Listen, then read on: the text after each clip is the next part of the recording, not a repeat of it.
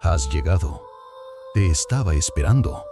Verás, en este rincón extraño del mundo, yo, un viejo, quizás sabio, comparto historias curiosas, relatos de necios y filósofos, dragones y cucharones encantados. Pero antes de empezar, he de pedirte algo con humildad. Cada vez que haces clic en ese pequeño botón de like, es como si un granito de comida cayera en el cuenco de mi gato Leopoldo. Y créeme, él no perdona el hambre. Así que sé generoso, alimenta al gato. Y ahora sí, que empiece la locura. El oráculo traicionado. El templo estaba envuelto en un silencio solemne cuando la voz del oráculo se alzó por última vez. Entre columnas de mármol y antorchas que iluminaban la penumbra, los sacerdotes escucharon la profecía. Roma caerá, no por la fuerza de sus enemigos, sino por la corrupción de su propia sangre. Las palabras se propagaron como un incendio invisible. El pueblo temeroso murmuraba en las calles que los dioses habían abandonado la ciudad. Los soldados, inquietos, miraban hacia las murallas como si esperaran un enemigo que nunca llegaba. Pero en los palacios, la profecía no fue recibida con reverencia, sino con cálculo. Los magistrados más ambiciosos vieron en ella una oportunidad. Reunidos en banquetes secretos, comenzaron a reinterpretar los símbolos, torciendo cada línea para favorecer sus propios planes. Lo que debía ser advertencia divina se transformó en arma política. Unos proclamaban que la caída significaba el fin del Senado y la llegada de un nuevo caudillo. Otros aseguraban que era señal de que las provincias debían ser entregadas a gobernadores más poderosos. El oráculo traicionado dejó de ser voz de los dioses y se convirtió en reflejo de la codicia humana. Los sacerdotes, presionados por amenazas y sobornos, repetían versiones distintas de la misma profecía, hasta que nadie sabía cuál era la verdadera. Mientras tanto, en las fronteras, los aliados comenzaban a dudar de Roma. ¿Cómo confiar en una ciudad que ni siquiera podía interpretar sus propios augurios? Las legiones se debilitaban, los tributos se retrasaban y la sombra de la profecía se extendía como un manto sobre todo el imperio. En el foro, los discursos se tornaron violentos. Los defensores de la disciplina pedían calma y orden. Los partidarios de la ambición clamaban por un nuevo líder que guiara a Roma hacia la gloria. El pueblo se agitaba, dividido entre el miedo y la esperanza, mientras los conspiradores sonreían en la penumbra. Los días siguientes al anuncio del oráculo fueron un torbellino de intrigas. Los sacerdotes, presionados por amenazas y sobornos, repetían versiones contradictorias de la profecía. Algunos aseguraban que la caída de Roma significaba el fin del Senado. Otros, que era la señal de un nuevo caudillo que debía surgir. La verdad se desdibujaba y lo sagrado se convertía en moneda de cambio. En las calles, el pueblo se agitaba. Los comerciantes temían que el caos arruinara sus negocios. Los soldados murmuraban que los dioses habían abandonado las legiones. Y los esclavos veían en la confusión una oportunidad para escapar. La ciudad eterna comenzaba a resquebrajarse desde dentro, no por la fuerza de un enemigo externo, sino por la desconfianza que corroía su corazón. En los palacios, los magistrados más ambiciosos tejían conspiraciones. Usaban la profecía como arma, acusando a rivales de ser los responsables de la futura caída. Cada discurso en el foro era un ataque disfrazado de advertencia divina. La política se transformaba en teatro y el oráculo traicionado era el guión que todos manipulaban. Mientras tanto, en las fronteras, los aliados dudaban de Roma. Los tributos se retrasaban, las legiones se debilitaban y los rumores de rebelión crecían. La sombra de la profecía se extendía como un manto sobre todo el imperio. Así, la ciudad eterna no caía por voluntad de los dioses, sino por la ambición de los hombres que torcieron las palabras sagradas. El oráculo había hablado, pero su voz ya no pertenecía al cielo. Era eco de la codicia humana. Y en esa traición, Roma comenzaba a perder lo que más la sostenía: la fe en sí misma. Las tensiones crecían como raíces invisibles bajo las piedras de la ciudad. El oráculo, manipulado y repetido en 1000 versiones, había dejado de ser guía divina para convertirse en arma de poder. Los senadores se acusaban unos a otros de ser los responsables de la futura caída, y cada discurso en el foro era un ataque disfrazado de advertencia celestial. Los sacerdotes, atrapados entre la fe y la presión política, se debatían en silencio. Algunos intentaban preservar la pureza del mensaje. Otros cedían a la codicia y ofrecían interpretaciones convenientes a quienes pagaban más.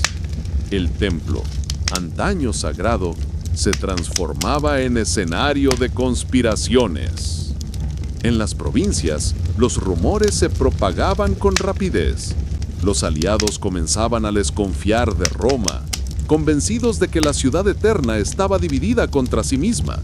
Los tributos se retrasaban, las legiones se debilitaban y las fronteras se volvían vulnerables. El pueblo, confundido, oscilaba entre el miedo y la esperanza. Unos clamaban que la profecía era señal de un nuevo comienzo. Otros temían que significara el fin de todo lo conocido. La ciudad se agitaba como un mar en tormenta, incapaz de encontrar calma. Así, la traición al oráculo no solo había corrompido las palabras sagradas, sino que había sembrado la duda en cada rincón del imperio. Roma no caía por la fuerza de un enemigo externo, sino por la desconfianza que devoraba su corazón desde dentro. La verdadera batalla ya no estaba en las fronteras, sino en la fe quebrada de su propio pueblo. Las conspiraciones alcanzaban un punto de no retorno. En el Senado, las facciones se enfrentaban con discursos cada vez más violentos, usando la profecía como arma para destruir a sus rivales. Lo que había comenzado como un mensaje divino se había convertido en un campo de batalla político. Los sacerdotes, divididos entre la fidelidad a los dioses y la presión de los hombres, se consumían en dudas. Algunos intentaban preservar la pureza del oráculo, otros lo vendían como mercancía. El templo, antaño sagrado, se transformaba en escenario de corrupción. En las provincias, los rumores se propagaban como fuego. Los aliados comenzaban a retirarse convencidos de que Roma estaba condenada. Las legiones, debilitadas por la incertidumbre, perdían cohesión. La sombra de la profecía se extendía más allá de las murallas, sembrando miedo en cada rincón del imperio. En conclusión, la traición al oráculo no solo había corrompido las palabras sagradas, sino que había sembrado la duda en cada corazón romano. La verdadera caída ya no dependía de ejércitos enemigos, sino de la desconfianza que devoraba la fe de su propio pueblo. Roma comenzaba a desmoronarse desde dentro, víctima de su ambición y de su incapacidad para escuchar la voz de los dioses sin manipularla. Las calles de Roma se convirtieron en un escenario de caos. El pueblo, dividido y confundido por las múltiples interpretaciones de la profecía, comenzó a perder la confianza en sus líderes. Los disturbios se multiplicaban. Unos exigían un nuevo caudillo que guiara la ciudad hacia la gloria. Otros pedían paz y estabilidad, temiendo que la ambición desmedida arrastrara al imperio a su ruina. En el Senado, las discusiones se tornaron insoportables. Cada facción utilizaba la profecía como arma, acusando a sus rivales de ser los responsables de la futura caída. Lo que debía ser un mensaje divino se transformó en un teatro de conspiraciones, donde la verdad era sacrificada en nombre del poder. Los sacerdotes, atrapados entre la fe y la presión política, se consumían en silencio. Algunos intentaban preservar la pureza del oráculo, pero eran silenciados por amenazas o sobornos. El templo, antaño sagrado, se convirtió en símbolo de corrupción. Mientras tanto, en las fronteras, los aliados comenzaban a retirarse. Las legiones, debilitadas por la incertidumbre, perdían cohesión. Los rumores de rebelión crecían y la sombra de la profecía se extendía más allá de las murallas, sembrando miedo en cada rincón del imperio. Roma, que había resistido ejércitos y catástrofes, ahora se desmoronaba desde adentro. La traición al oráculo no solo había corrompido las palabras sagradas, sino que había sembrado la duda en cada corazón romano. La verdadera caída ya no dependía de enemigos externos, sino de la desconfianza que devoraba la fe de su propio pueblo. La ciudad eterna, orgullosa de su gloria, comenzaba a perder lo que más la sostenía, la certeza de su destino. Las noches en Roma se tornaron inquietas. El murmullo de la profecía recorría las calles como un viento invisible, sembrando temor en cada esquina. Los ciudadanos ya no confiaban en los templos, pues sabían que las palabras del oráculo habían sido manipuladas. La fe, que durante siglos había sostenido la grandeza de la ciudad, se quebraba lentamente. En el Senado, las discusiones se transformaban en gritos. Los rivales se acusaban mutuamente de ser la causa de la futura caída, y cada facción buscaba imponer su versión de la profecía. La política se convirtió en un teatro de sombras, donde la verdad era sacrificada en nombre del poder. Los sacerdotes más fieles, incapaces de soportar la corrupción, comenzaron a abandonar sus puestos. Algunos se refugiaron en las provincias, otros callaron para siempre. El templo, vacío y silencioso, se convirtió en símbolo de traición. En las fronteras, los aliados se retiraban uno tras otro. Las legiones, debilitadas por la incertidumbre, ya no marchaban con orgullo. El eco del oráculo se extendía más allá de las murallas, y los enemigos de Roma comprendieron que no necesitaban atacar. La ciudad eterna se destruía a sí misma. Así, la profecía se cumplía no por voluntad de los dioses, sino por la ambición de los hombres. Roma, orgullosa de su gloria, comenzaba a perder lo que más la sostenía, la certeza de su destino. La caída ya no era un anuncio, sino una realidad que se gestaba en cada corazón romano. Las tensiones alcanzaron su punto máximo cuando las calles de Roma comenzaron a arder en rebeliones. No eran ejércitos enemigos los que golpeaban las murallas, sino ciudadanos romanos enfrentados entre sí, divididos por interpretaciones opuestas de la profecía. Los disturbios se extendían desde el foro hasta los barrios más humildes, y cada facción proclamaba que su versión era la verdadera voz de los dioses. El Senado, incapaz de imponer orden, se convirtió en un campo de batalla político. Los discursos ya no buscaban convencer, sino destruir al adversario. La profecía, manipulada y traicionada, había dejado de ser advertencia divina para transformarse en sentencia de caos. Los sacerdotes que aún guardaban fidelidad al mensaje original fueron perseguidos y silenciados. El templo, vacío y profanado, se convirtió en símbolo de la corrupción que devoraba la ciudad eterna. En las provincias, los aliados rompieron pactos y las legiones se fragmentaron. Los enemigos de Roma comprendieron que no necesitaban atacar, bastaba con esperar. La ciudad se consumía en su propia desconfianza, debilitada por la ambición de quienes torcieron las palabras sagradas. Así, la profecía se cumplía no por voluntad de los dioses, sino por la traición de los hombres. Roma, orgullosa de su gloria, se desmoronaba desde dentro, víctima de su codicia y de su incapacidad para escuchar sin manipular.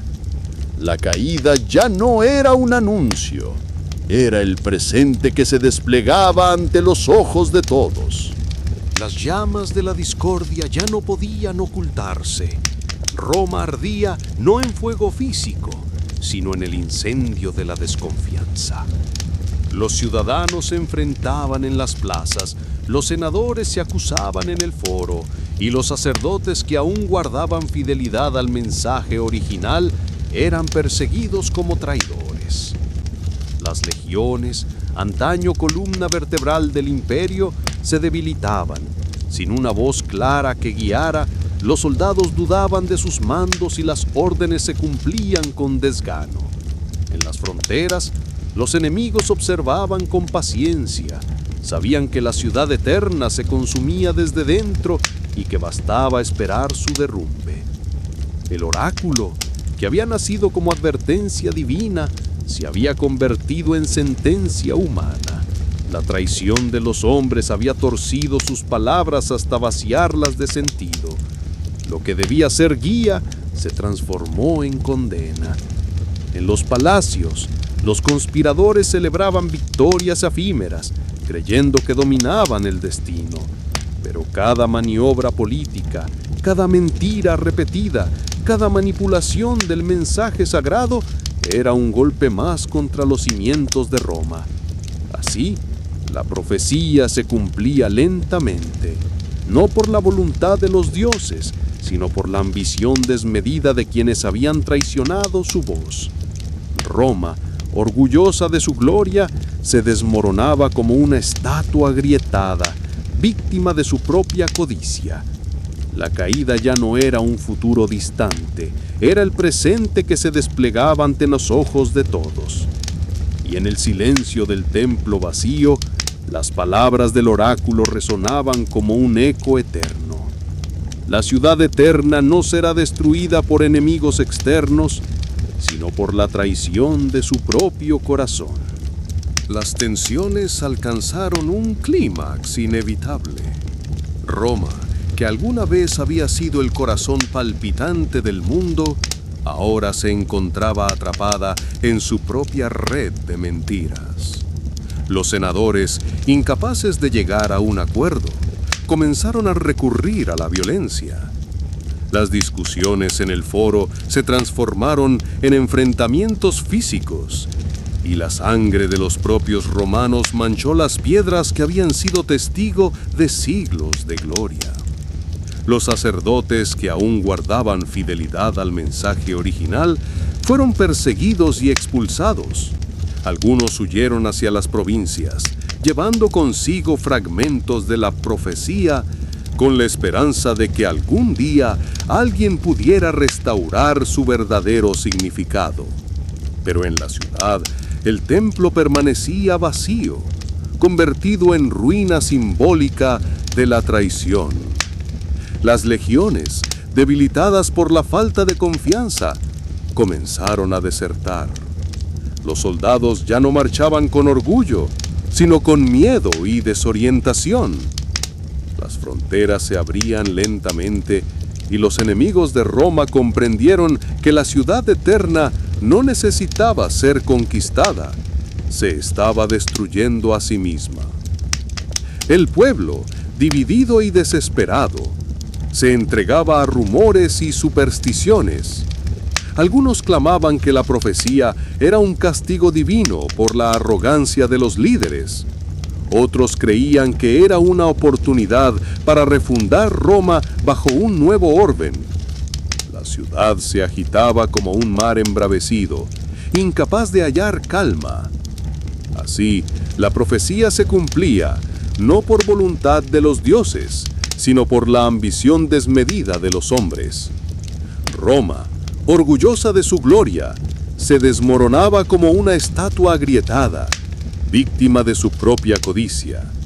Y en el silencio del templo vacío, las palabras del oráculo resonaban como un eco eterno. La ciudad eterna no será destruida por enemigos externos, sino por la traición de su propio corazón. La caída ya no era un futuro distante, era el presente que se desplegaba ante los ojos de todos irreversible, como el destino que los hombres habían elegido al traicionar la voz de los dioses.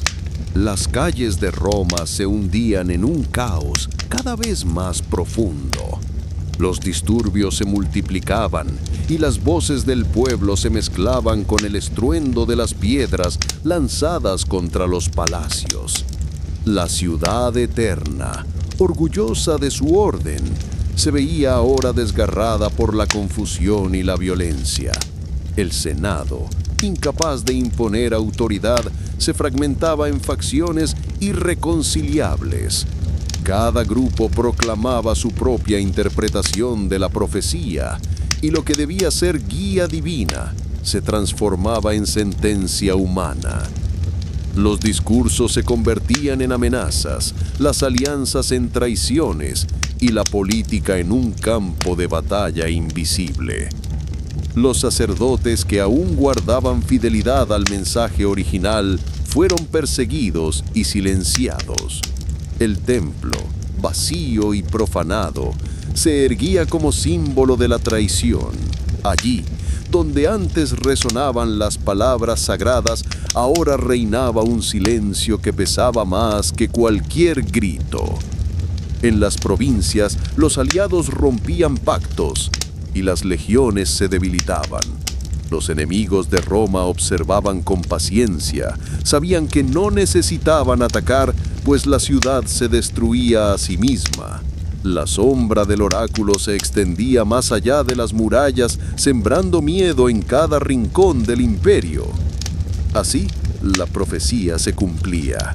Lentamente, no era la voluntad de los dioses la que derrumbaba Roma, sino la ambición desmedida de los hombres que habían torcido sus palabras. La ciudad eterna, que había resistido ejércitos y catástrofes, se desmoronaba desde dentro, víctima de su propia codicia.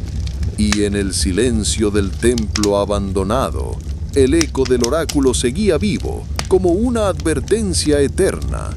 Roma no caerá por la fuerza de sus enemigos, sino por la traición de su propio corazón. En medio del caos, cuando las voces del Senado se tornaban gritos y las calles ardían en disturbios, una figura permanecía en silencio, observando cómo la profecía se desmoronaba en manos humanas.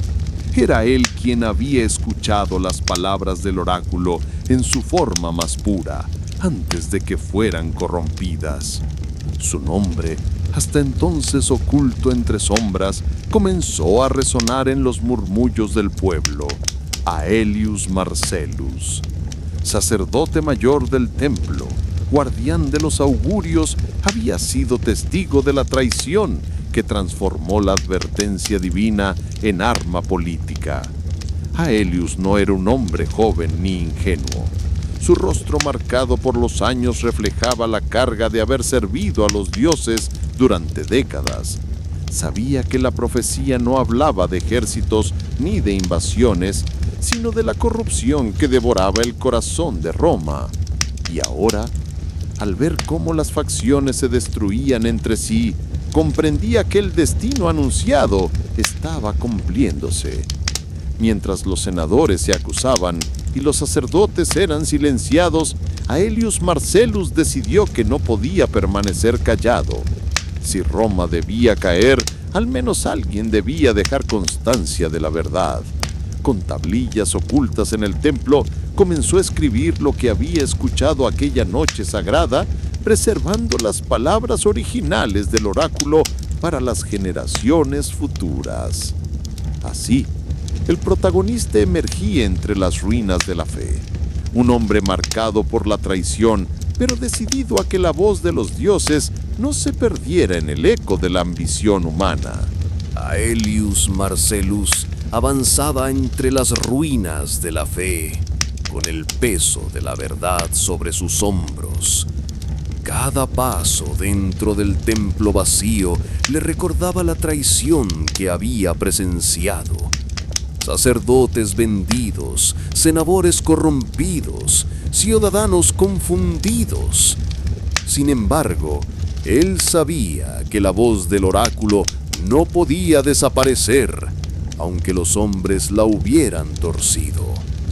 En las noches, a la luz de una lámpara de aceite, escribía en tablillas ocultas las palabras originales que había escuchado.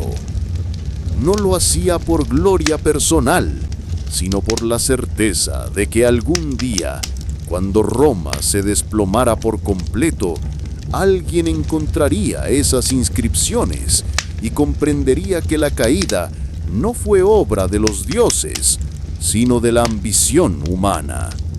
Su nombre comenzaba a circular en secreto. Algunos lo llamaban traidor por desafiar las versiones oficiales. Otros lo veían como guardián de la verdad. Aelius no buscaba seguidores, pero sabía que su destino estaba ligado al de la ciudad eterna. Mientras las facciones se destruían en el Senado y las legiones se debilitaban en las fronteras, él se mantenía firme, como último testigo de lo sagrado. En su corazón ardía una convicción: aunque Roma cayera, la memoria del oráculo debía sobrevivir. Así, en medio del caos, Aelius Marcellus se transformaba en protagonista silencioso de la tragedia. No era un general ni un senador, sino un hombre que había decidido preservar la verdad frente a la traición. Y en esa decisión se gestaba un legado que trascendería la caída de Roma. Aelius caminaba entre las sombras de Roma como un hombre marcado por la verdad. Su nombre, susurrado en secreto por quienes aún confiaban en él, se había convertido en símbolo de resistencia silenciosa. No era un general ni un senador, sino el último guardián de las palabras originales del oráculo. Cada noche, bajo la tenue luz de una lámpara, escribía en tablillas ocultas lo que había escuchado en el templo antes de la traición.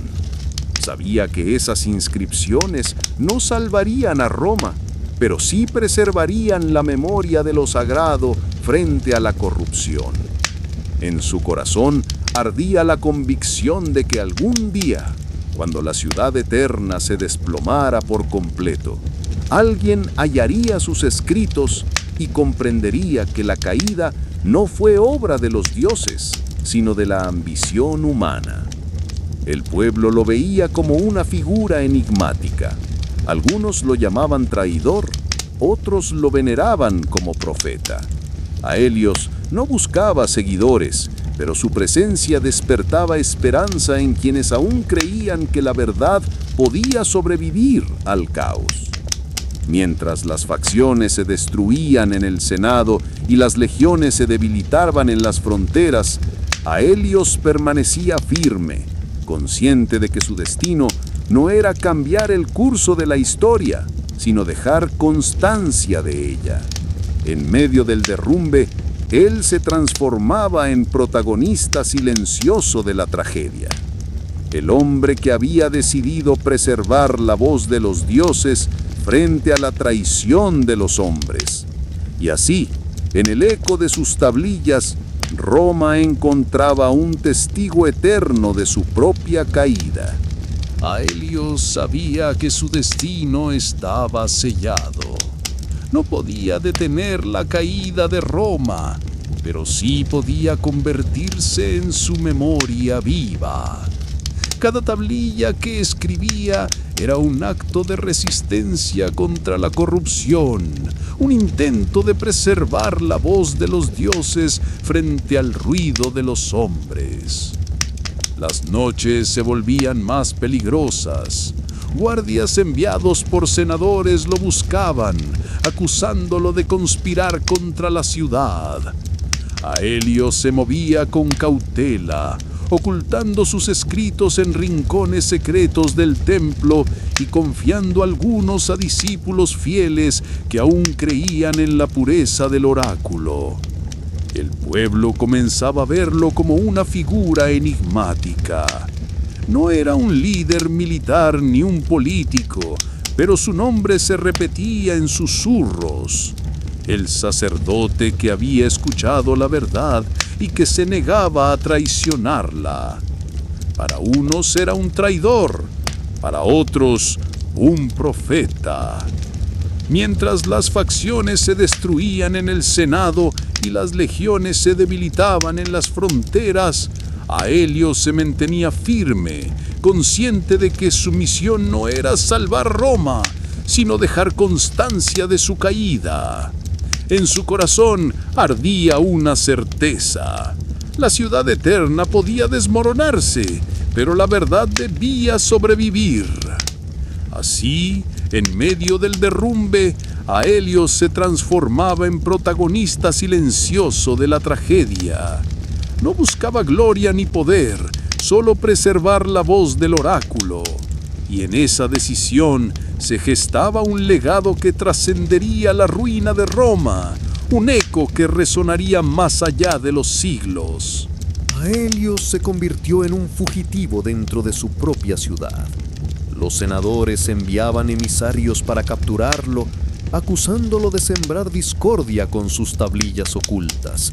Pero él, astuto y silencioso, conocía cada rincón del templo y cada pasaje secreto que lo conectaba con las calles oscuras de Roma.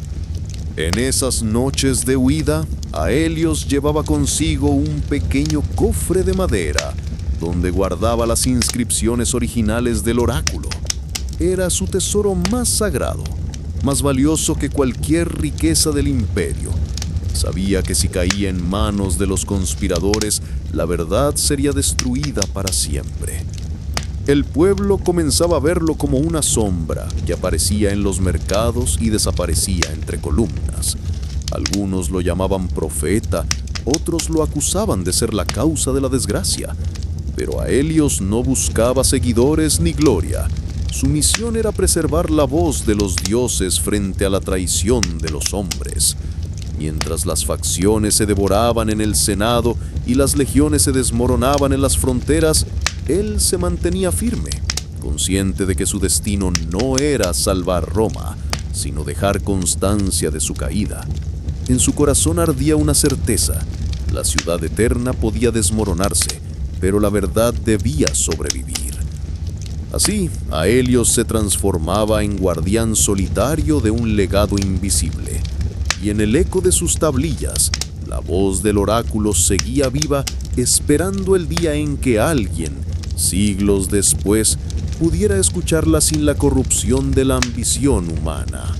Aelio se ocultaba cada vez más en las sombras de la ciudad.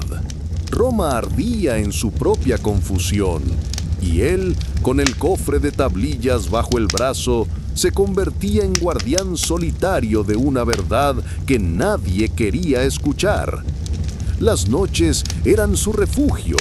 Recorría pasajes secretos, templos abandonados y casas de fieles silenciosos que aún lo protegían. El Senado lo había declarado enemigo, acusándolo de sembrar discordia. Los soldados lo buscaban, pero Aelios conocía los rincones más antiguos de la ciudad, aquellos que habían sido construidos mucho antes de que los conspiradores nacieran. Allí, entre muros agrietados y columnas olvidadas, escribía nuevas inscripciones, ampliando el testimonio del oráculo traicionado. El pueblo comenzaba a verlo como una figura legendaria. Algunos lo llamaban el último sacerdote, otros lo nombraban profeta de la ruina. Su presencia era un susurro que recorría mercados y plazas, un eco que recordaba a todos que la caída de Roma no era obra de los dioses, sino de la ambición humana. Helios, sin embargo, no buscaba títulos ni veneración. Su misión era clara: preservar la voz original del oráculo, aunque eso le costara la vida. Sabía que Roma estaba condenada, pero también sabía que la verdad debía sobrevivir a las ruinas. Así, mientras la ciudad eterna se desmoronaba en luchas internas y las legiones se debilitaban en las fronteras, Helios se mantenía firme. No era un general ni un senador, sino un hombre solitario que había decidido convertirse en memoria viva. Y en cada tablilla que grababa dejaba un legado destinado a atravesar los siglos, un eco que resonaría más allá de la caída de Roma. Helios se tornaba cada vez más consciente de que su misión lo aislaba del resto del mundo. Roma se desmoronaba en luchas internas, pero él seguía caminando con el cofre de tablillas oculto, como si cargara el último latido de los dioses. Las noches eran su refugio.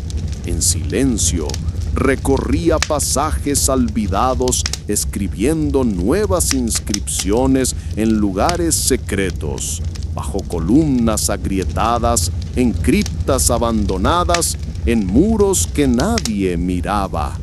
Cada palabra grabada era un acto de resistencia, un intento de que la verdad sobreviviera al colapso. El pueblo comenzaba a tejer leyendas en torno a su nombre. Decían que Helios aparecía como sombra en los mercados, que hablaba con voz serena en medio del tumulto, que sus ojos reflejaban la certeza de quien había visto el destino. Para unos era un traidor, para otros un profeta, pero todos coincidían en que su figura era inseparable del eco del oráculo. Los senadores lo perseguían con furia, convencidos de que su silencio era más peligroso que cualquier ejército. Sin embargo, Helios no buscaba enfrentamiento. Su propósito no era salvar Roma, sino dejar constancia de su caída. En su corazón ardía una certeza: la ciudad eterna podía morir, pero la verdad debía sobrevivir. Así, mientras las murallas se agrietaban y las legiones se debilitaban, Helios se transformaba en guardián solitario de un legado invisible, y en cada tablilla que grababa dejaba un mensaje destinado a atravesar los siglos: que Roma no cayó por la fuerza de sus enemigos, sino por la traición de su propio corazón. Helios se tornaba cada vez más un espectro dentro de Roma. La ciudad se derrumbaba en luchas internas, pero él seguía caminando con el cofre de tablillas oculto, como si cargara el último latido de los dioses. Las noches eran su refugio. En silencio, recorría pasajes olvidados, escribiendo nuevas inscripciones en lugares secretos, bajo columnas agrietadas, en criptas abandonadas, en muros que nadie miraba. Cada palabra grabada era un acto de resistencia, un intento de que la verdad sobreviviera al colapso. El pueblo comenzaba a tejer leyendas en torno a su nombre. Decían que Helios aparecía como sombra en los mercados, que hablaba con voz serena en medio del tumulto, que sus ojos reflejaban la certeza de quien había visto el destino. Para unos era un traidor, para otros un profeta, pero todos coincidían en que su figura era inseparable del eco del oráculo. Los senadores lo perseguían con furia, convencidos de que su silencio era más peligroso que cualquier ejército. Sin embargo, Aelios no buscaba enfrentamiento. Su propósito no era salvar Roma, sino dejar constancia de su caída. En su corazón ardía una certeza: la ciudad eterna podía morir, pero la verdad debía sobrevivir. Así, mientras las murallas se agrietaban y las legiones se debilitaban, Aelios se transformaba en guardián solitario de un legado invisible. Y en cada tablilla que grababa dejaba un mensaje destinado a atravesar los siglos: que Roma no cayó por la fuerza de sus enemigos, sino por la traición de su propio corazón. En el silencio de la noche, Aelios comprendía que su vida ya no le pertenecía. Era parte de la profecía, parte de la memoria que debía sobrevivir. Y en ese instante aceptó que su nombre quedaría ligado para siempre al eco de la caída de Roma.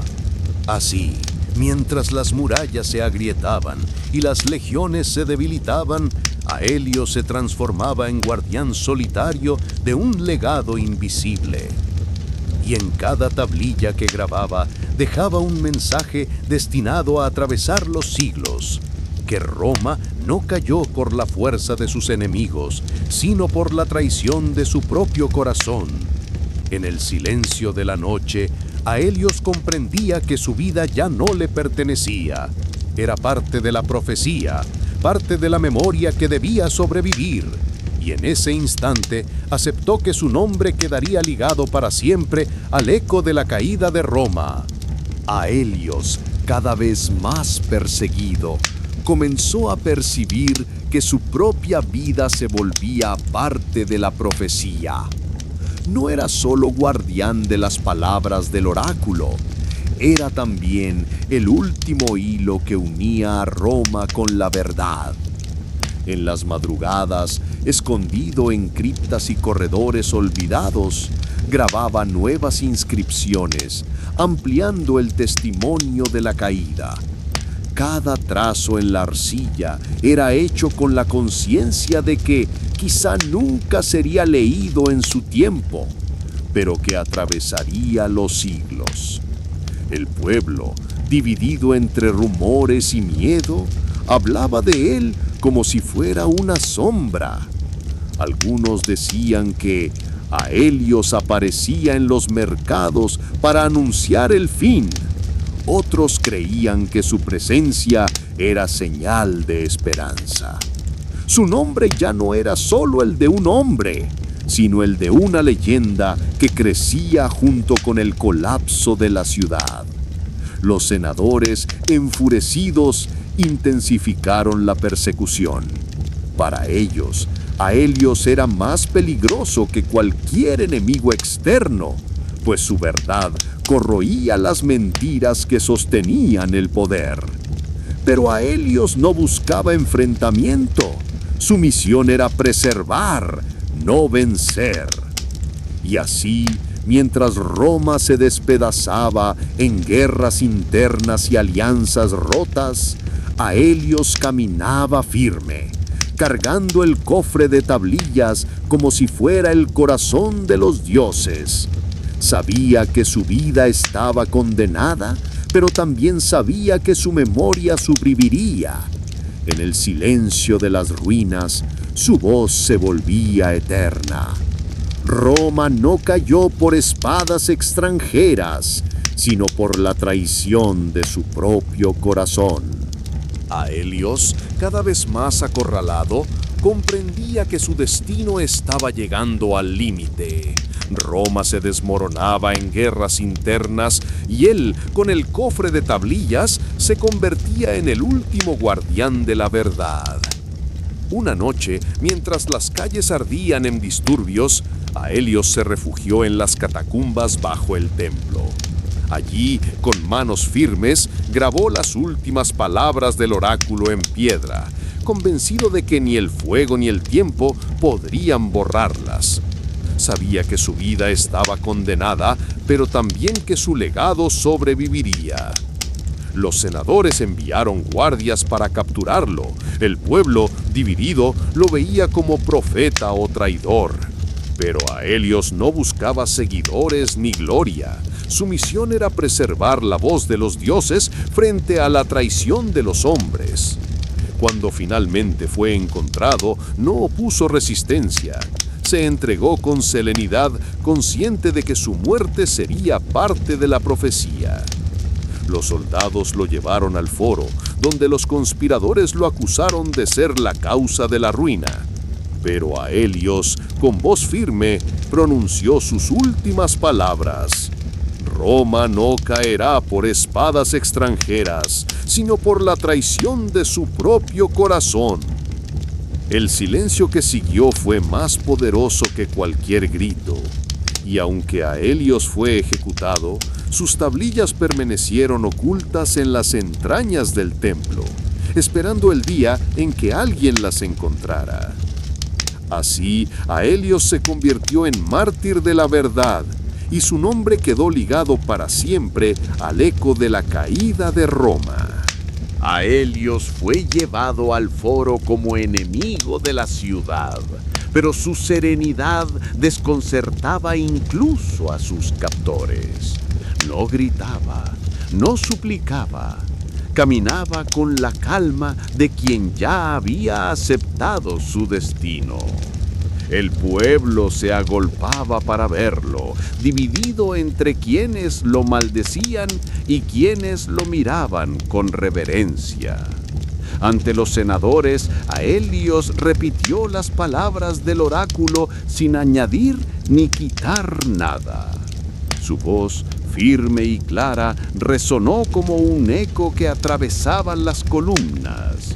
Roma no caerá por espadas extranjeras, sino por la traición de su propio corazón. Los conspiradores, temerosos de que su mensaje sobreviviera, ordenaron su ejecución inmediata. Pero en ese instante, un silencio profundo se apoderó de la multitud. No era miedo, sino la certeza de que las palabras de Aelios ya no podían ser borradas. Cuando la sentencia se cumplió, Roma no celebró. El pueblo regresó a sus casas con un peso invisible, como si la muerte de Aelios hubiera sellado el destino de la ciudad. Los senadores creyeron haber destruido al profeta, pero lo que realmente habían hecho era inmortalizarlo. En las catacumbas, ocultas bajo el templo, las tablillas de Aelios aguardaban. Allí, grabadas en piedra y arcilla, permanecían intactas esperando el día en que alguien las encontrara. Y así, aunque Roma se desmoronaba en guerras internas y traiciones, la voz del oráculo sobrevivía en el legado de un hombre que eligió la verdad sobre la ambición. Aelios había muerto, pero su nombre se convirtió en símbolo eterno, el guardián de la profecía, el mártir de la verdad, el eco que acompañó la caída de Roma. Aelios, tras su ejecución, no desapareció de la memoria de Roma. Su muerte se convirtió en un símbolo, y su nombre comenzó a circular como un susurro entre los que aún buscaban sentido en medio del caos. Los senadores pensaron que habían silenciado al sacerdote, pero lo que realmente habían hecho era inmortalizarlo. Las tablillas que había ocultado en las catacumbas permanecieron intactas, protegidas por la oscuridad y el silencio. Allí, grabadas en piedra y arcilla, aguardaban el paso de los siglos. Y aunque Roma se despedazaba en guerras internas, esas inscripciones sobrevivieron como testimonio de la verdad que los hombres habían traicionado. Con el tiempo, cuando las ruinas de la ciudad eterna fueron exploradas por generaciones futuras, los escritos de Aelios salieron a la luz. Los eruditos que los encontraron quedaron sorprendidos. No eran relatos de batallas ni de conquistas, sino advertencias sobre la corrupción y la ambición. Así, Aelios trascendió su época. No fue recordado como un senador ni como un general, sino como el guardián de la profecía, el mártir que eligió preservar la voz de los dioses frente a la traición de los hombres. Su legado se convirtió en eco eterno. Roma no cayó por espadas extranjeras, sino por la traición de su propio corazón. Y en ese eco, Aelios seguía vivo, no como sombra fugitiva, sino como memoria inmortal que acompañaba la historia de la caída de Roma. Aelios dejó atrás las murallas y los ecos de Roma. Su destino ya no estaba atado a la ciudad, sino a sí mismo. Convertido en fugitivo, comenzó a recorrer caminos solitarios, llevando consigo el cofre de tablillas como única compañía. En las aldeas que atravesaba, nadie conocía su nombre. Era un viajero silencioso, un hombre de mirada profunda que hablaba poco y observaba mucho. Pero cada noche, al encender una lámpara de aceite, volvía a escribir, ampliando el testimonio que había jurado preservar. El peso de su misión lo aislaba, pero también lo fortalecía. Aelios comprendía que ya no era sacerdote ni profeta, era un guardián de la memoria, un hombre que había elegido cargar con la verdad, aunque eso significara vivir en la sombra. Con el tiempo, comenzó a sentir que su viaje no era solo huida, sino búsqueda. ¿Qué debía hacer con las tablillas? ¿Ocultarlas para siempre o entregarlas a alguien digno de escucharlas? Esa pregunta lo acompañaba en cada paso, como un segundo corazón latiendo dentro de él. En los bosques, en las montañas, en los caminos polvorientos, Aelios se enfrentaba no a ejércitos ni senadores, sino a sí mismo. Su lucha era interior, resistir la tentación de abandonar, mantener viva la llama de la verdad y aceptar que su vida se había convertido en un sacrificio. Así, la trama se centraba en él, un hombre solitario, marcado por la profecía, que buscaba sentido más allá de la caída de una ciudad. Aelios ya no era parte de Roma, era parte de un destino mayor, aún desconocido, que lo aguardaba en el horizonte. Aelios continuaba su viaje, cada vez más lejos de las ruinas que lo habían marcado. El silencio de los caminos se convirtió en su compañero, y el cofre de tablillas en el recordatorio constante de la misión que lo mantenía vivo. En las montañas aprendió a escuchar el viento como si fueran voces antiguas. En los bosques se refugiaba bajo árboles centenarios, grabando símbolos en la corteza para dejar rastros invisibles de su paso. Su vida se transformaba en un peregrinaje, no hacia un destino físico, sino hacia una verdad interior. La soledad lo obligaba a enfrentarse a sí mismo. Ya no era sacerdote, ni fugitivo, ni profeta. Era un hombre que cargaba con la memoria de lo sagrado. Y en esa carga descubría una fuerza inesperada. Cada día que sobrevivía era prueba de que la verdad podía resistir incluso sin seguidores. En una aldea remota, un niño lo observó en silencio mientras escribía sobre arcilla. Aelios levantó la mirada y, por primera vez en mucho tiempo, sonrió. Comprendió que su misión no era solo preservar, sino sembrar. Que las tablillas no estaban destinadas a permanecer ocultas para siempre, sino a despertar nuevas generaciones. Así, Aelios empezó a enseñar en secreto, compartiendo fragmentos de la profecía con quienes mostraban pureza de corazón. No buscaba formar discípulos, sino guardianes de la memoria. Su viaje dejaba de ser huida, se convertía en siembra. Y en cada palabra transmitida, Aelios sentía que su vida adquiría un nuevo sentido. No era solo el guardián de un legado, sino el inicio de una cadena que podría sobrevivir más allá de él. Aelios avanzaba por tierras desconocidas, cada vez más lejos de todo lo que había sido su pasado. El cofre de tablillas seguía con él, pero ahora su viaje se transformaba en algo distinto. Ya no era huida, sino búsqueda. En los caminos polvorientos, comenzó a encontrarse con personas que no sabían nada de Roma ni de sus ruinas. Campesinos, mercaderes, viajeros solitarios, todos lo miraban como a un hombre extraño, silencioso, pero con una mirada que parecía contener secretos.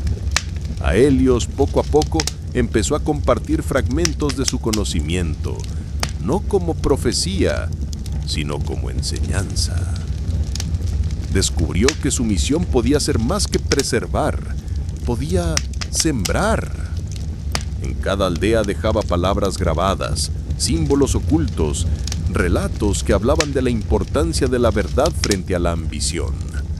No buscaba discípulos, pero algunos lo seguían, atraídos por la calma y la firmeza de su voz. El viaje se convirtió en un camino interior. Aelios se enfrentaba a sus dudas. ¿Debía entregar las tablillas a alguien digno o mantenerlas ocultas para siempre? Esa pregunta lo acompañaba como una sombra constante. Sin embargo, cada vez que veía a un niño escuchar sus historias con atención, sentía que la respuesta estaba más cerca. Así, Aelios dejó de ser fugitivo y se transformó en maestro errante. Su vida ya no era solo memoria de un pasado, sino semilla de un futuro, y en cada paso comprendía que su destino no era morir con las tablillas, sino asegurarse de que la verdad siguiera viva en otros corazones. Aelios siguió su camino hacia tierras cada vez más remotas, donde el silencio era tan profundo que parecía hablarle. El cofre de tablillas, pesado y discreto, se había convertido en parte de su cuerpo, como si fuera una extensión de su propia alma. En los pueblos pequeños nadie conocía su historia. Era un viajero extraño, de mirada intensa y palabras escasas. Sin embargo, cuando se detenía en las noches y encendía una lámpara de aceite, su voz adquiría un tono sereno que atraía a quienes lo escuchaban. No hablaba de ciudades ni de imperios, sino de la importancia de la verdad, de la fragilidad del corazón humano y de la necesidad de resistir la corrupción. Algunos comenzaron a seguirlo, no como discípulos, sino como compañeros de viaje. Aelios no los rechazaba, pero tampoco los guiaba con promesas. Su enseñanza era simple. Cada uno debía convertirse en guardián de su propia verdad. El camino lo llevó a montañas solitarias, donde el aire era puro y las estrellas parecían más cercanas. Allí comprendió que su misión no era solo preservar las tablillas, sino sembrar en otros la fuerza de la memoria. El legado no debía quedar enterrado en piedra, sino vivo en corazones que pudieran transmitirlo. Con el tiempo, Aelios dejó de ser fugitivo y se transformó en maestro errante. Su vida se volvió un peregrinaje interior, una búsqueda constante de sentido. Y aunque sabía que su destino final aún lo aguardaba en algún lugar desconocido, caminaba con la certeza de que la verdad que llevaba consigo ya había comenzado a germinar más allá de él. Aelios no era ya sombra ni profeta, era semilla. Aelios continuaba su andar, cada vez más lejos de todo lo que había conocido. El camino se volvía áspero, pero en su interior había una calma que lo sostenía. El cofre de tablillas seguía con él, como un corazón externo que latía en silencio. En las aldeas donde se detenía, su figura despertaba curiosidad. No era un hombre común. Su mirada parecía atravesar las cosas, como si viera más allá de lo visible.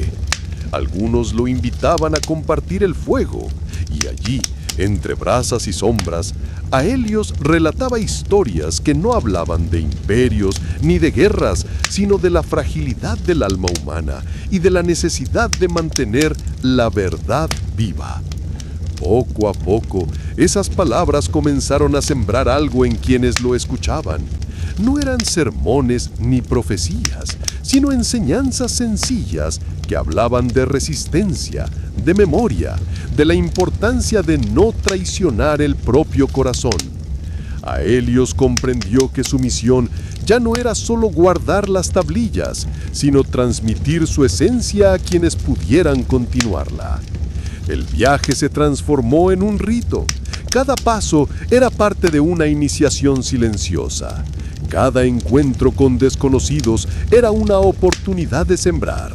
Y aunque seguía siendo un hombre solitario, ya no caminaba únicamente para preservar, caminaba para entregar.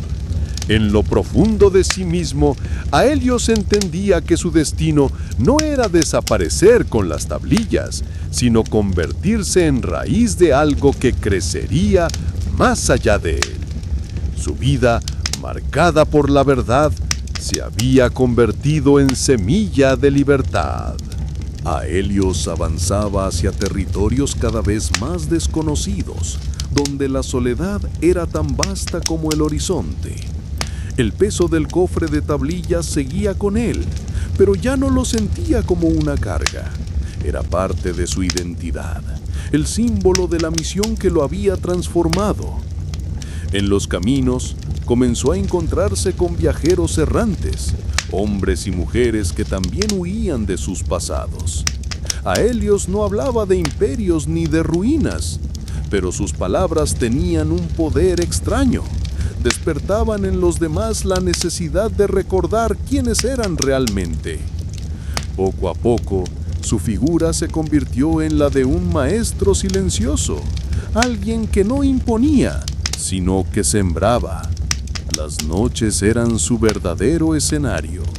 Alrededor de una hoguera, compartía fragmentos de su verdad, enseñando que la corrupción no era un destino inevitable, sino una elección.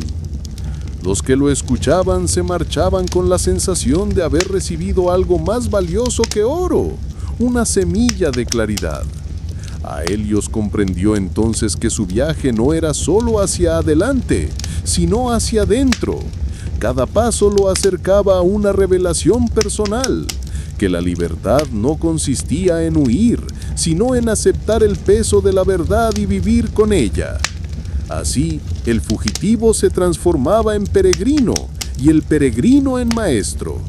Su nombre ya no era eco de una ciudad caída, sino símbolo de resistencia interior. Y en cada palabra que dejaba atrás, Aelios se aseguraba de que su legado no dependiera de tablillas ocultas, sino de corazones que aprendieran a guardar la verdad en silencio.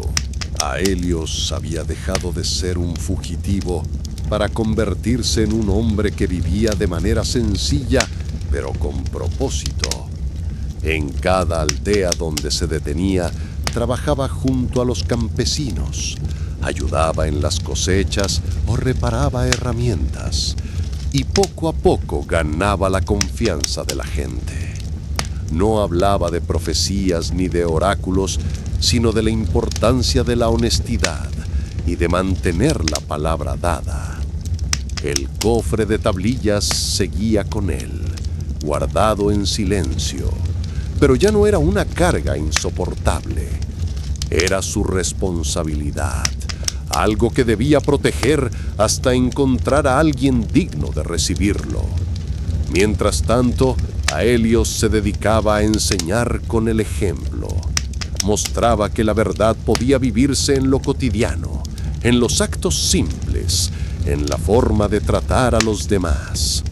Con el tiempo, algunos jóvenes comenzaron a seguirlo, no como discípulos, sino como compañeros. Veían en él a un hombre que había sufrido, pero que aún mantenía firmeza y serenidad. Aelios los escuchaba, los aconsejaba y les transmitía fragmentos de lo que había aprendido en su camino.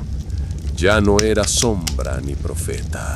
Era un hombre que había encontrado sentido en la vida diaria, en la convivencia con otros, en la transmisión de valores que podían sostenerse sin necesidad de grandes discursos. Aelios se había convertido en alguien real, tangible, un maestro errante que vivía entre la gente, dejando huellas concretas en cada lugar por el que pasaba. El polvo del camino se mezclaba con el cansancio de los días, pero la determinación seguía intacta. El cofre de tablillas permanecía oculto bajo su manto, protegido como si fuera parte de su propia piel. En cada aldea donde se detenía, trabajaba con discreción. Ayudaba en las cosechas, reparaba herramientas, compartía historias junto al fuego. No hablaba de imperios ni de ruinas, sino de la importancia de la palabra dada y de la fuerza que nace de la honestidad. Los jóvenes que lo escuchaban comenzaban a seguirlo, atraídos por la calma de su voz y la firmeza de sus gestos. No se presentaba como maestro, pero sus actos enseñaban más que cualquier discurso. La verdad que guardaba en las tablillas se reflejaba en su manera de vivir, en la sencillez de cada acción. El viaje dejó de ser huida y se convirtió en un camino de siembra. Allí donde pasaba quedaban rastros concretos, una herramienta reparada, un consejo transmitido, una historia que despertaba reflexión. Su vida se transformaba en ejemplo y el legado que llevaba consigo empezaba a germinar en otros corazones. No era sombra ni profeta, sino un hombre que había aprendido a vivir entre la gente, dejando huellas reales en cada lugar que tocaba. El camino lo llevó a una aldea pequeña, rodeada de campos y montañas. Allí encontró trabajo sencillo: cargar agua, reparar cercas, ayudar en la siembra. Nadie preguntaba demasiado por su pasado, y él tampoco ofrecía explicaciones. La discreción era su escudo. Con el tiempo, los habitantes comenzaron a notar su forma de vivir. No buscaba riquezas ni poder, pero siempre cumplía lo que prometía. Si decía que arreglaría una herramienta, lo hacía. Si se comprometía a ayudar en la cosecha, estaba presente desde el amanecer. Esa constancia le ganó respeto. Los niños lo seguían con curiosidad. En las noches, cuando el cansancio cedía, se reunían alrededor de él para escuchar historias. No hablaba de ciudades ni de imperios, sino de la importancia de la palabra, de la fuerza que nace de la honestidad y de cómo un hombre puede sostenerse incluso en medio de la adversidad. Su presencia comenzó a transformar la aldea. No era un líder ni un profeta, pero su ejemplo cotidiano enseñaba más que cualquier discurso. La gente empezó a confiar en él, a buscarlo para consejos simples, para resolver disputas menores, para recordar que la verdad podía vivirse en lo concreto. El cofre de tablillas permanecía oculto, guardado en silencio. No necesitaba mostrarlo, lo que transmitía estaba ya en sus actos. La misión que había comenzado como carga se convertía ahora en vida compartida, en huella real que quedaba en cada persona que lo conocía. El tiempo en la aldea comenzó a darle cierta estabilidad. Su rutina se volvió clara: despertar temprano, ayudar en los campos, reparar lo que estaba roto y, al caer la noche, compartir historias con quienes se reunían alrededor del fuego. La gente lo veía como un hombre confiable, alguien que no buscaba nada más que cumplir con lo que decía. La confianza que generaba hizo que algunos empezaran a buscarlo para resolver disputas simples, un límite de tierras, una deuda olvidada, un malentendido entre vecinos. Su manera de escuchar y responder sin levantar la voz terminó por darle un lugar en la comunidad. No era líder ni juez, pero su palabra tenía peso. El cofre de tablillas permanecía guardado en su pequeña choza, oculto bajo mantas y madera. No lo mostraba, pero cada noche lo abría en silencio, repasando las inscripciones como quien revisa un mapa secreto. Sabía que aún no había llegado el momento de entregarlas, pero también comprendía que ya no estaba solo. La semilla de sus enseñanzas comenzaba a crecer en quienes lo rodeaban. La aldea, antes indiferente, empezó a cambiar con su presencia. Los jóvenes lo seguían en los trabajos, los ancianos lo buscaban para conversar y los niños lo esperaban cada noche para escuchar sus relatos. Su vida, marcada por la huida, se transformaba ahora en convivencia. El fugitivo se había convertido en vecino. La rutina en la aldea se fue consolidando. Cada día comenzaba con el trabajo en los campos, el cuidado de los animales y la reparación de herramientas que otros ya habían dado por perdidas. Su constancia lo convirtió en alguien indispensable, aunque nunca buscó ese lugar. Los vecinos empezaron a confiar en él para tareas más delicadas, mediar en disputas, aconsejar a los jóvenes, acompañar a los ancianos en sus últimos días. Su manera de escuchar, sin juzgar ni imponer, le daba un peso especial en la comunidad. El cofre de tablillas seguía oculto en su choza, protegido bajo mantas y madera. Por las noches lo abría en silencio, repasando las inscripciones como quien revisa un diario personal. No necesitaba mostrarlas. Lo que contenían ya estaba presente en su forma de vivir.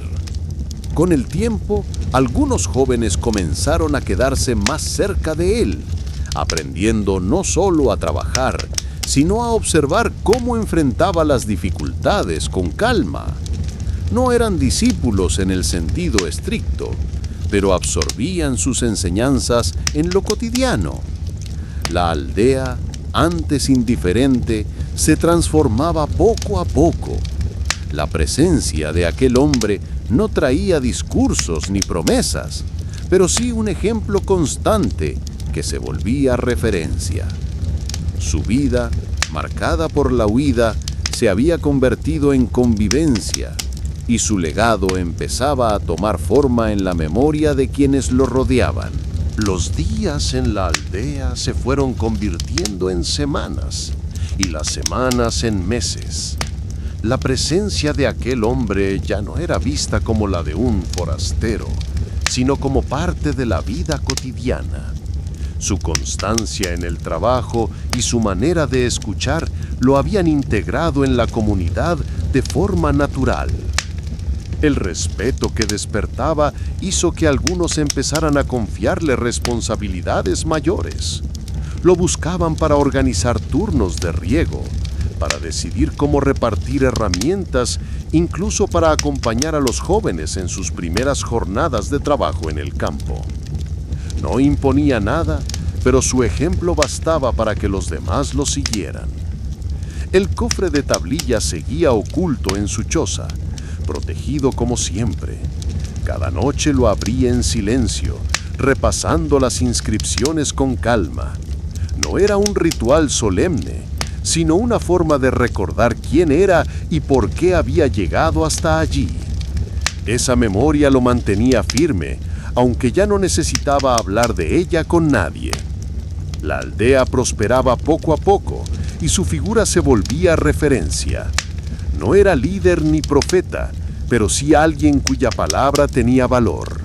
Su vida marcada por la huida se había transformado en convivencia estable, en un lugar donde podía descansar sin perder de vista la misión que aún lo acompañaba.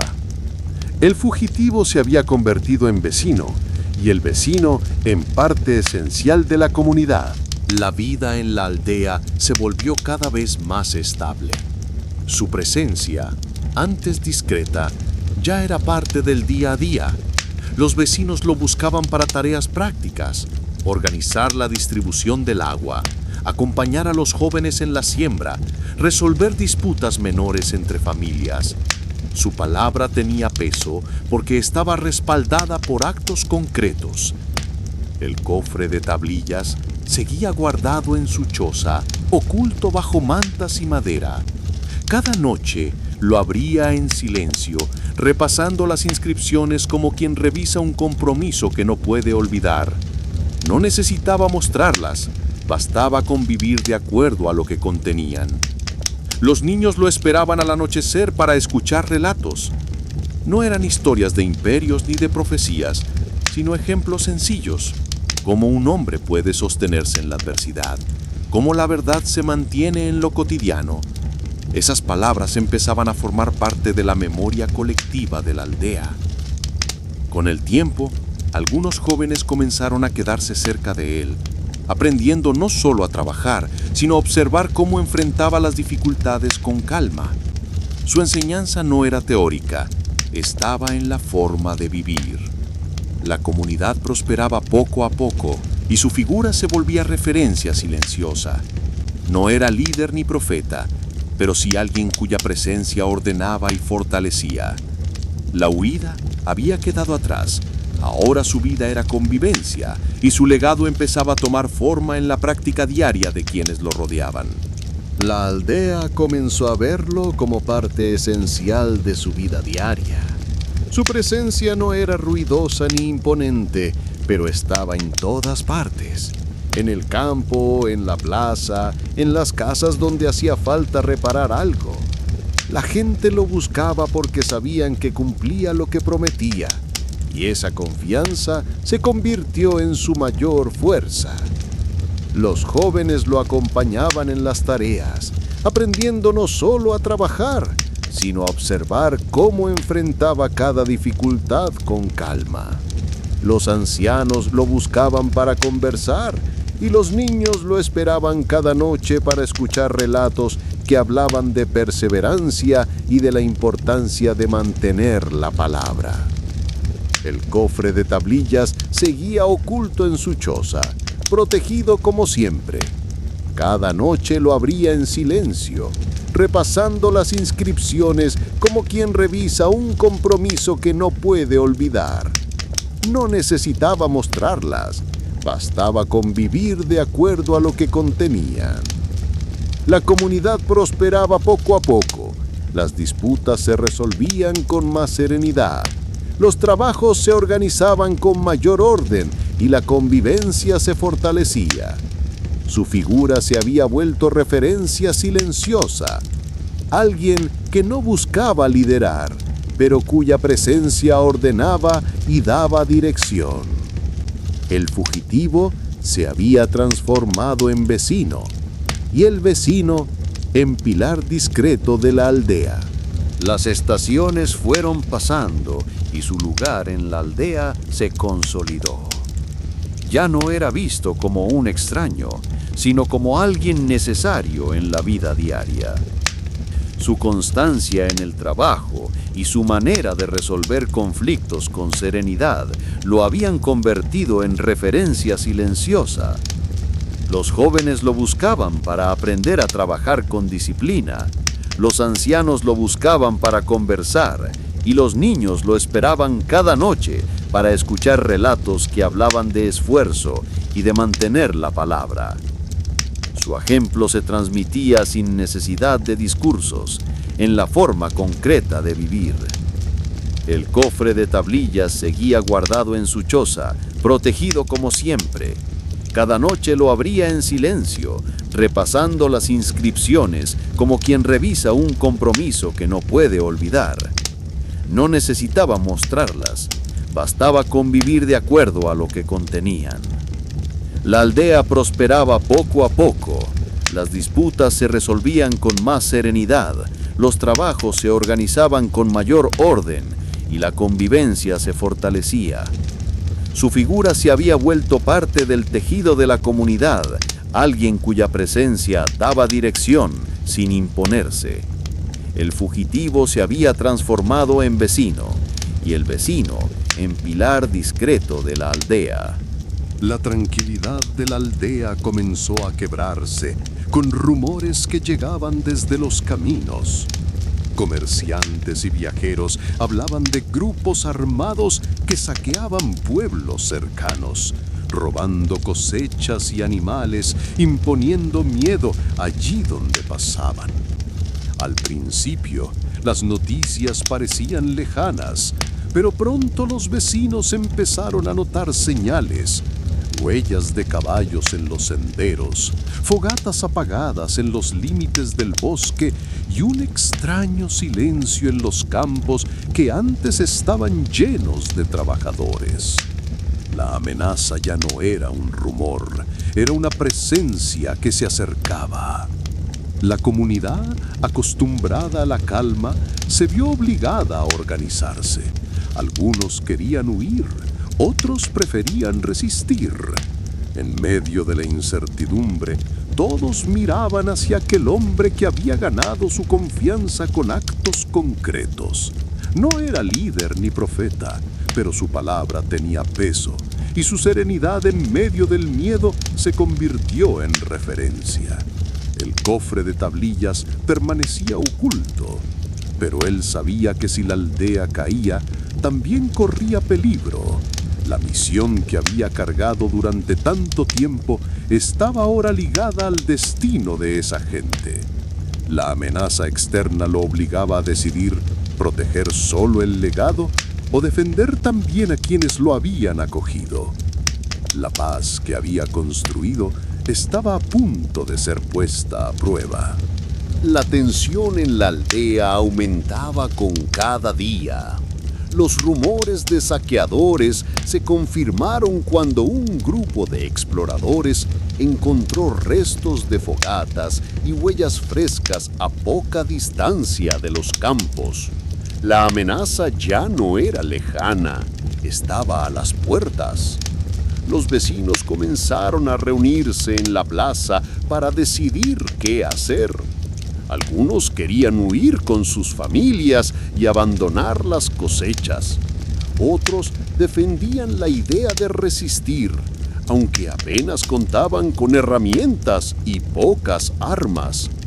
El miedo se mezclaba con la incertidumbre. En medio de la discusión, todos miraban hacia aquel hombre que había ganado su confianza con actos concretos. No era jefe ni soldado, pero su calma imponía respeto. Con voz firme, recordó que la fuerza de la comunidad estaba en la unión y en la disciplina, no en la desesperación. Propuso organizar guardias nocturnas, reforzar las cercas y preparar escondites para los niños y ancianos.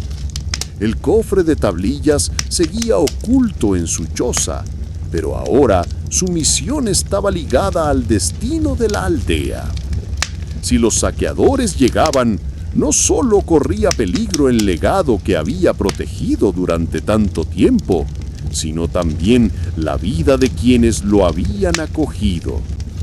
La paz que había construido estaba a punto de ser puesta a prueba. La amenaza se acercaba y la comunidad tendría que decidir si huir o resistir. Las guardias nocturnas comenzaron a patrullar los límites de la aldea. Se turnaban con antorchas y perros, atentos a cualquier movimiento extraño. El ambiente se volvió tenso. Cada ruido en el bosque parecía anunciar la llegada de los saqueadores.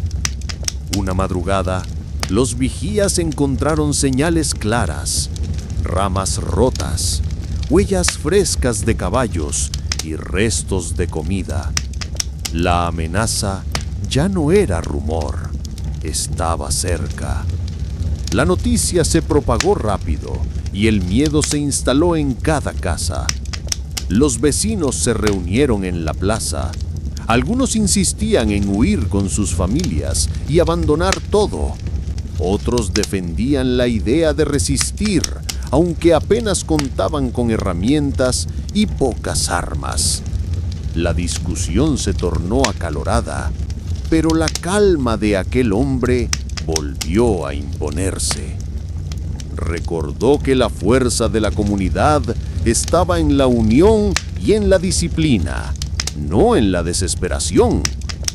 Se organizaron escondites para los niños y los ancianos, se reforzaron las cercas y se prepararon trampas simples en los caminos de acceso.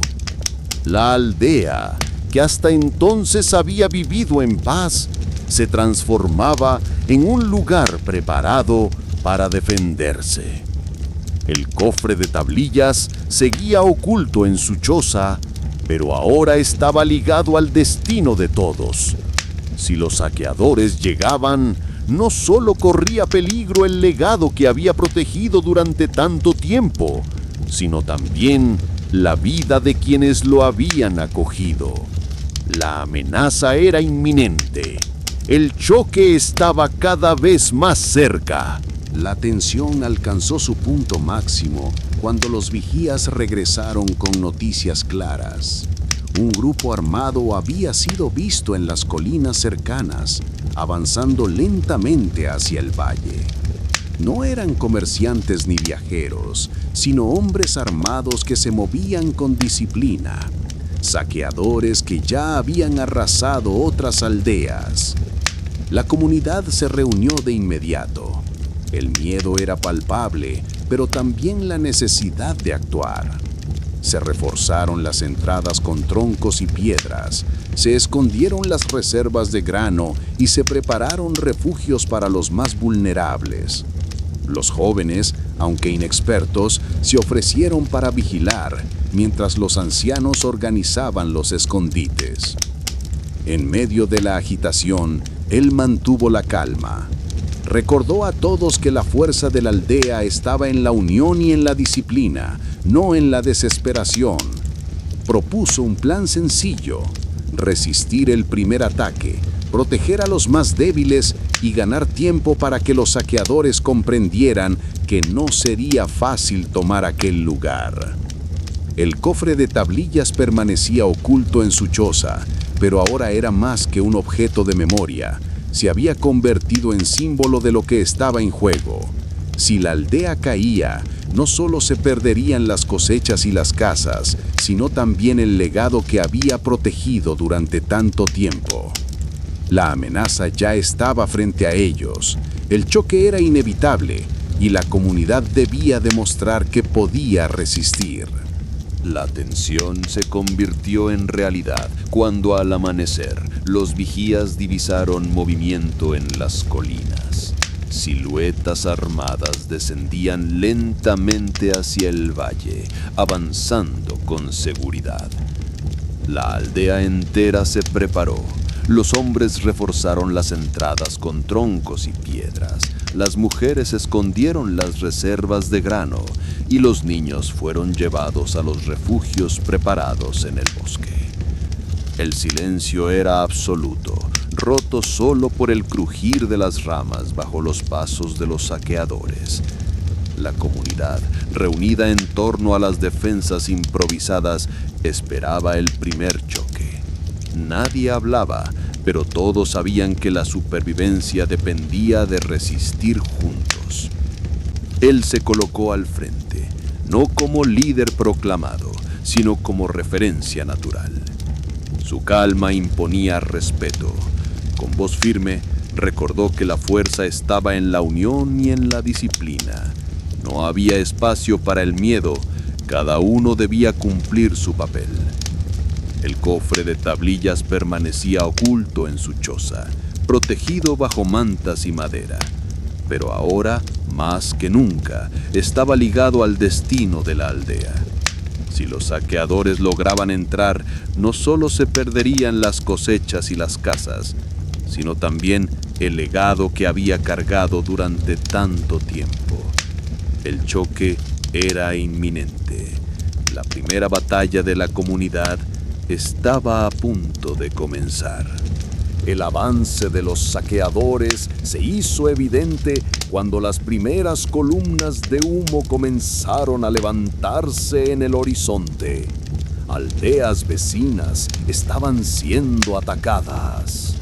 Los vigías regresaron con la confirmación de que el grupo armado se acercaba con rapidez y que pronto llegarían a los campos de la comunidad. El miedo se extendió entre los habitantes, pero la organización previa evitó el caos. Los niños y ancianos fueron llevados a los refugios ocultos en el bosque, mientras los más jóvenes reforzaban las barricadas improvisadas en los accesos. Las mujeres escondieron las reservas de grano en lugares secretos, y los hombres se armaron con lo poco que tenían: lanzas rudimentarias, arcos viejos y herramientas convertidas en armas. En la plaza, la tensión era palpable. La gente miraba hacia aquel hombre que había ganado su confianza con actos concretos. Con voz firme, recordó que la fuerza de la comunidad estaba en la unión y en la disciplina.